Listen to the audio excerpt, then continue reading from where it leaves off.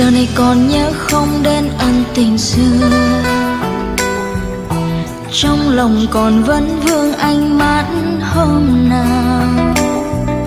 Nhân duyên ta trái ngang, lời thề nào cũng than. Xin nguyện kiếp mong chờ, dẫu thế gian hững hờ. Một lần khờ dài để ta phải ôm sầu vương, ôm một đời nhớ thương bóng dáng xa vời. Giấc mơ ta có nhau, giờ còn lại nỗi đau. Dù mơ ước xa xôi, vẫn muốn bên người thôi. Giờ chỉ còn mỗi tôi nhớ thương ngàn đời vẫn vương. Tình yêu trong tôi nay đắng cay, mình tôi ôm lấy. Người đã hứa chỉ có tôi, cùng tôi đi hết con đường. Rồi nhìn xem giờ đây chính ai rời bỏ ai. Giờ người nhẹ nhàng nắm tay với ai hẹn thề đắm say. Mặc cho tôi ôm bao đớn đau, người đâu có thấu.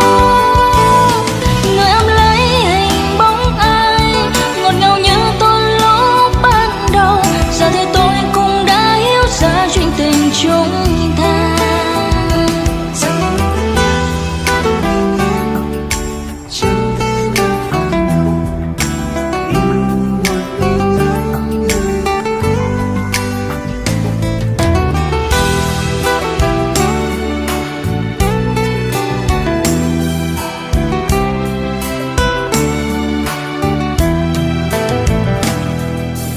Một lần khờ dài để ta phải ôm sầu vương,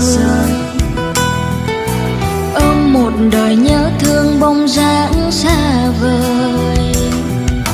Giấc mơ ta có nhau, giờ còn lại nỗi đau. Dù mơ ước xa xôi, vẫn muốn bên người thôi.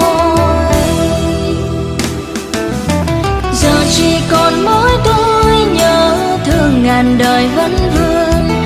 Tình yêu trong tôi nay đắng cay, mình tôi ôm lấy. Người đã hứa chỉ có tôi, cùng tôi đi hết con đường. Rồi nhìn xem giờ đây chính ai rời bỏ ai. Giờ người nhẹ nhàng nắm tay với ai hẹn thề đắm say. Mặc cho tôi ôm bao đớn đau, người đâu có thấu.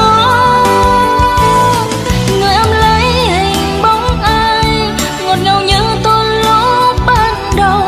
Giờ thì tôi cũng đã hiểu ra chuyện tình chúng ta. Giờ chỉ còn mỗi tôi nhớ thương ngàn đời vẫn vương. Tình yêu trong tôi